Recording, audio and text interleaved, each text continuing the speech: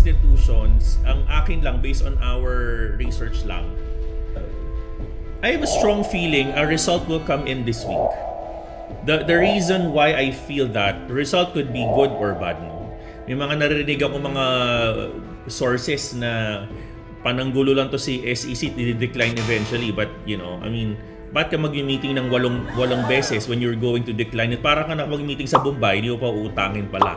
Parang pinaasa mo lang, di ba, Tito? Diba, Kuya Aldrin? That's true. So parang iniisip ko, I feel something this week. Ang daming nangyayari this week in terms of volatility, etc. Sabi namin, wala kami dyan. At yun naman, true enough, no? January 10, 2024, approved na po ang Bitcoin SPOT ETF kami na.